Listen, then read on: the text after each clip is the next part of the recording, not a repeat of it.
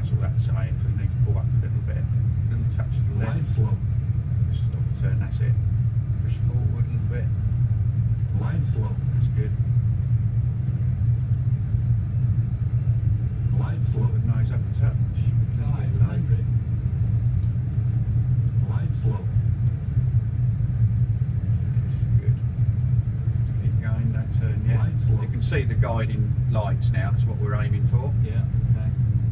Line flow. Push forward a little bit Now, and start the turn. And as soon as you see the runway, turn to the left a bit, pull the nose up quite a bit, left, that's it, pull up, 200. that's it, now right a little bit, now aim for the runway, Right, so push okay. right, and that's it, push away, left, flick it left now, that's it, perfect, push forward,